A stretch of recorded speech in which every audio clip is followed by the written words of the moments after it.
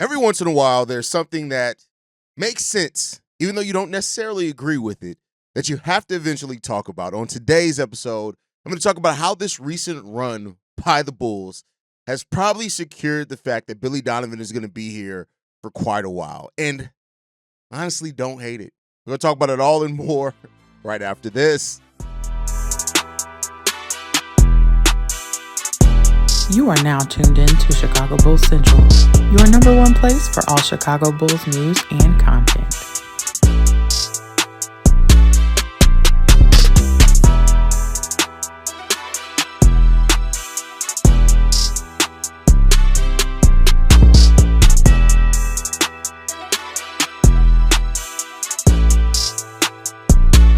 What's going on, Bulls fans? Welcome to another episode of Chicago Bulls Central, your number one spot for everything Chicago Bulls related. I'm the host there, Haize, but more importantly, you guys can follow the channel at Bulls Central Pod on every social media platform we happen to be on. With that said, let's go ahead and get into this content for today, y'all. And like I said, there comes a time where you got to discuss some things that maybe you didn't want to discuss, maybe you didn't want to hear coming into the season. But as all fairness, right? Especially me being somebody that talks about people not updating their thought process and the way that they view players, and that kind of more so look through it through the lens and the narrative that they want to see, right? Specifically, people who still kind of deny if Josh Giddey can be good, that just hate on Josh Giddey, or for those that matter, the Coby White haters, because there is a vocal community that hates on Coby White as well, right? And despite, the way that they've been playing over a pretty large sample size at this point in time, the people that still hate on them. And I think I have to extend that out, and unfortunately, as well, to Billy Donovan. Now, I know my boy Winton. He's probably not going to like to hear this. And to be honest, I don't like to say it, right? But I got to be fair. And that's the thing that, this channel has always been about, is objectivity, right? Is that I want to talk about the Bulls objectively. Now, with that said, Billy Donovan has been somebody through his coaching, through his rotation decisions, through, sometimes of the lack of creativity on the offensive and defensive side of the ball, for that matter. I've really been a harsh critic of Billy Donovan over the years, right? I think that, back when we had that team of Vooch and DeMar and Zach LaVine, there were times where, like, Vooch wasn't put into the best situations. There were times where rotations, like us using Andre Drummond so seldomly, didn't really work out. His lack of ability to really make changes. Right, and kind of when Billy Donovan came into the year, typically no matter the performance, his lineup stayed the same outside of Patrick Williams moving in and out of the starting lineup. That was the one thing that it seems like he was willing to do to adjust. And, even at times not playing young guys, right? Especially you look at Dalen Terry in his rookie year, completely raw player that was the least seldom played player at his draft position ever.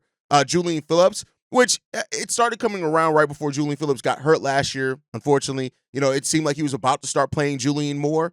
But when you look at it, in fairness, a lot of those criticisms are gone. The Bulls completely revamped their offensive system twice just this season, right? When you look at how they started off the season this year compared to how they finished it off last year, it changed. And Billy Donovan was on 670 in scoring. He talked about that, saying, well, the system that we were running had to change, well, because our personnel changed. And that's a level of awareness that's great there, right?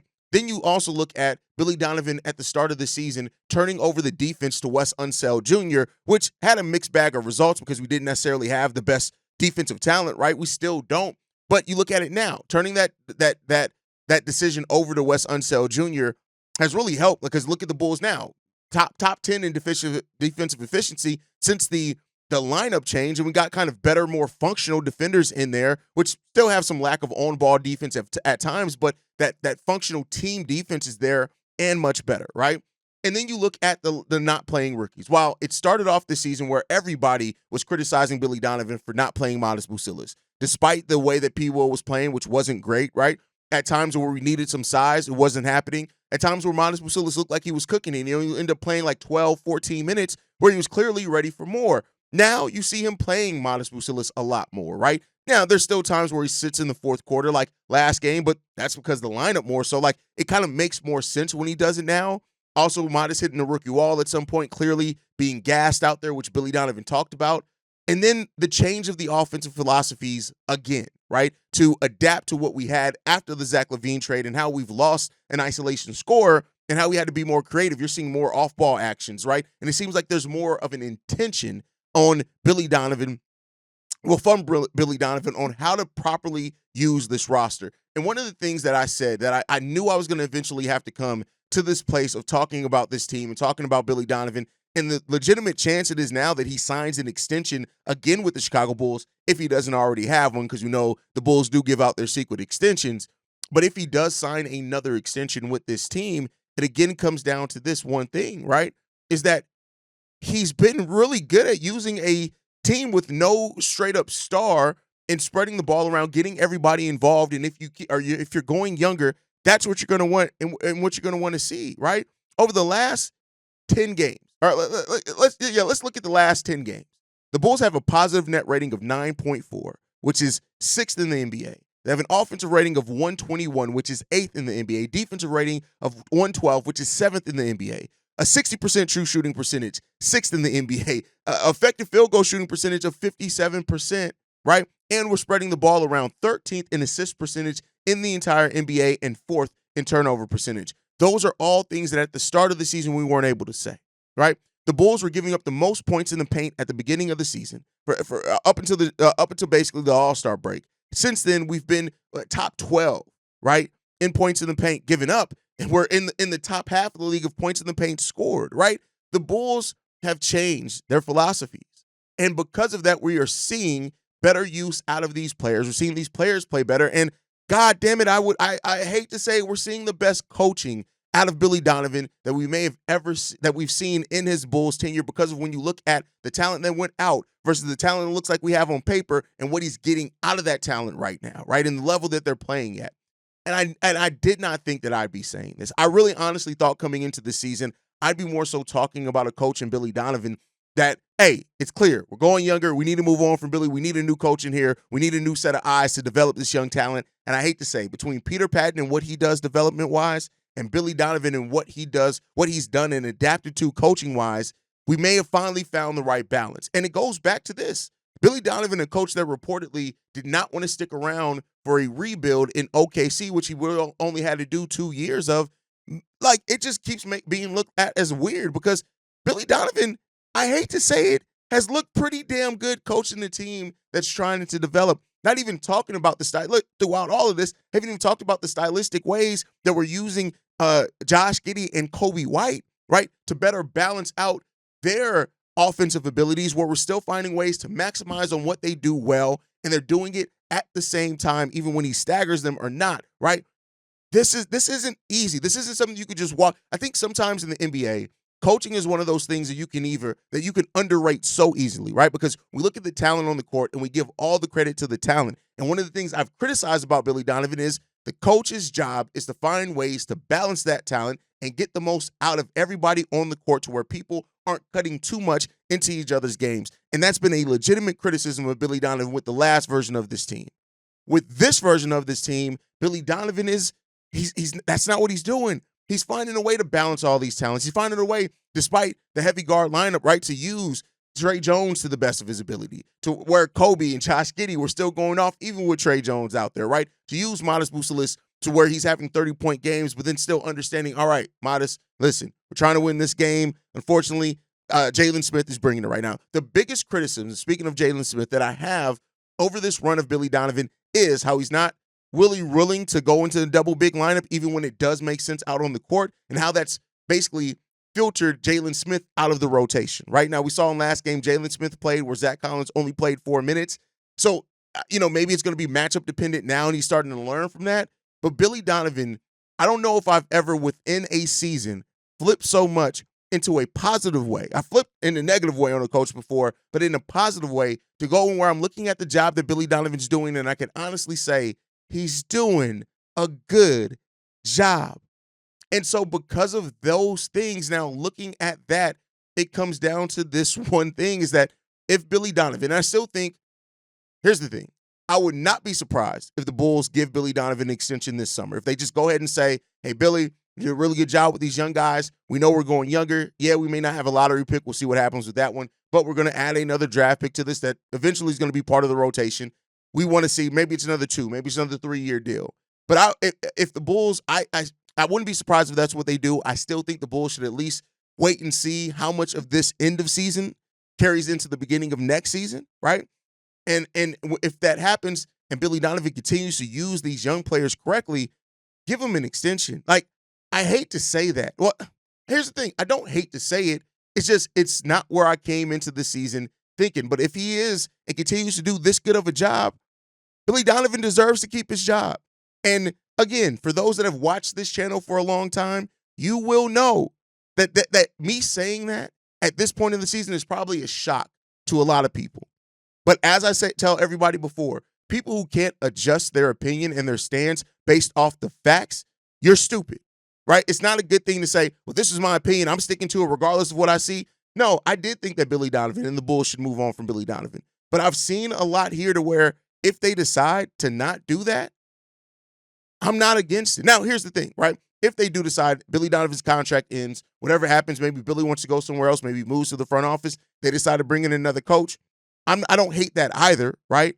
But I will say this, is that if Billy Donovan does end up getting an extension, I still would like to see more weight towards some point in next season to make sure that this, maintains into that and into the offseason.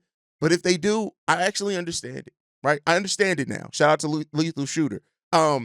So it's something that I had to sit down here and it's coming up with today's episode, and I'm just like, I can't keep calling out people for their lack of wanting to change their stance on Josh Giddey because they just don't like Josh Giddey, or for whatever reason, we're not going to get into that. If I call those people out, how do I look not calling out or not changing my opinion and recognizing the fact that Billy Donovan has done a good job?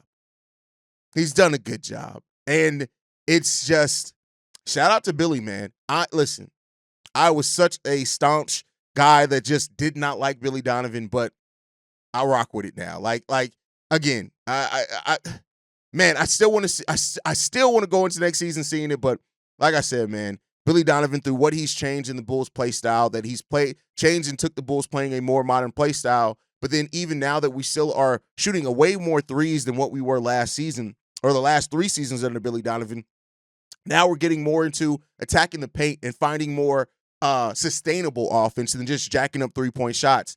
And a lot of that's due to Billy Donovan's system and Wes Unseld's defense. And maybe the Bulls find between Dan Craig, Wes Unseld Jr., Billy Donovan on that coaching staff, Peter Patton and his development staff that he has here, maybe the Bulls have finally found the right balance to develop players off the court, develop them on the court, play the right style that fits the team and where it's going, and get the best out of these guys. Maybe they have. Maybe in 3 months I'll be back on the fire Billy Donovan bandwagon. But as of right now, I understand Billy Donovan has probably worked himself into getting an extension from the Chicago Bulls. But with that said, man, I also want to move on from that. It feels icky. But to move on from that and talk about some more basketball, man, I want to talk about I want to do a roundup right now on where some of the mocks have the Chicago Bulls drafting, right? And just do a quick kind of follow-up on where that sits right now. And there's really only a couple of candidates, right? It's not like it's a whole wide range and gamut of players that when you look at some of the most respected mock drafts, Kaman Malawak, right, is the guy from Tankathon and Bleach Report that they have the Chicago Bulls draft. And this is a guy that a lot of people like, right? A lot of people like him. I won't be surprised if he does move up draft boards with the combine and things like that. But you look at him. He's a rim runner. He's a lob threat. He has some really good IQ. If he's in the dunker spot, he can definitely dunk and do that. He has the physicality. He has 7'6" wingspan on top of all of that. He didn't pick up basketball until he was 15. So there's the things that are really, he's only been playing organized basketball for about 5-6 years, right? Not even that, about 4 or 5 years. But he just as sure size as somebody that's going to change shots at the NBA, but he's still not quite, his timing on shot blocks aren't necessarily where you look at him and say that he's going to be like this dominant shot blocker at the next level. He could be. And the interesting conversation and duality is that, Kaman's ceiling is through the freaking roof, but his floor isn't necessarily as high as some of the guys either. Like, I get that we can get caught up in potential, but I do think that because he doesn't really have a refined NBA skill yet, right? He doesn't have really good back to the basket moves. He doesn't have really defined post moves yet. He's not a defined shooter at this point in time either. But the physicalness that he has and what he's shown potential-wise for only playing basketball 4 years, that's like listen, like I said, it's through the roof. And you look at pairing him with Josh Giddey and Coby White, that could be huge for that, right? And I think with Kaman, the thing that you're going to look at for is how well does he go into pick and roll defense and how well can he switch, right? That's really what you're looking at for there. The next guy, the athletic, has Derik Queen coming to the Chicago Bulls. Now, it's going to be so interesting to see what happens with Derik Queen, right? 19 years old. We know the motor that he has. He's a below the rim center. He has some pick and roll defensive issues himself, right? He is a scorer. He is a playmaker, even though he's not really a defined shooter in mid-range or the three-point shot yet, right? The question is how much of his offense is going to translate to the NBA and how much is still left to develop with him. Like, his defense isn't consistent yet either, right? And his physical conditioning isn't the best when it comes down to it either yet, right? And does that fit in Billy Donovan's new system? Like, I like Derik Queen a lot here, but again, there's really big questions on how that's going to work out for the Chicago Bulls and at the NBA level for him, and we'll end up seeing what happens there. The other guy, you also have guys like Rasheer Fleming, J.T. Toppin, and Haize that are mocked by some smaller mock drafts, right? And those are really the common guys that you have going to the Bulls right now. J.T. Toppin, Rasheer Fleming, I like either one of those guys, especially if the Bulls do fall out of the lottery, as guys that make sense for the Bulls to pair next to Matas Buzelis, where the Matas is the 3 or the 4, and those other guys are the 3 or the 4. That can get you a really good forward combo and 1-2 punch there, and you're kind of more in the modern NBA with switchable forwards that can both do almost things that either position really needs them to do. Matas, especially with his ability to put the ball on the floor, his dribbling, those type of things. A guy like J.T. Toppin, still young, 19 years old. I love the upside of J.T. Toppin as well. So, and I think he's one of those guys also that has a high floor too. But so those are kind of where the Bulls, a lot of mocks have the Bulls drafting right now. Derik Queen, Kaman, Rasheer Fleming, J.T. Toppin, with Haize, kind of a guy that's, depending on where you have him drafted and where the Bulls are, maybe on or off the board, we'll see, right? And here's the thing. Out of those 5 guys, I like all 5 of them. And I think all 5 of them really in different ways fit where the Bulls are going stylistically and with where it seems like their roster's going, especially if they re-sign Josh Giddey to a long-term contract, which does seem like it's going to happen. I like those guys and their potential fit for the Chicago Bulls. Those are the guys that you're really looking at and saying, hey, they have and again, this is why I said before, like, and you have a good chance of those guys falling right out, one of those guys falling right outside the lottery. So even if the Bulls do somehow make it out the play-in and into the playoffs, you still have a chance to get a talent that not only is still young, right? Because none of those guys were mentioned is really like an old senior or anything like that, right? It still fit what the Chicago Bulls are doing, right? We're probably not going to start right away. Like, Matas didn't even start right away, right? But guys that have the tremendous upside that fit stylistically and that still have some upside to where you see them being really solid, competent, long-term starters in the NBA. Do they have the Cooper Flag, the Trey Johnson, all those type of guys upside? No, they don't. But you know, again, the Bulls have made their bet. They've chosen their path. They're doubling down on development and winning now, and they're going to let the draft situation figure itself out. And so because of that, if you walk away with one of those guys in the draft, again, I'm not necessarily hating it, right?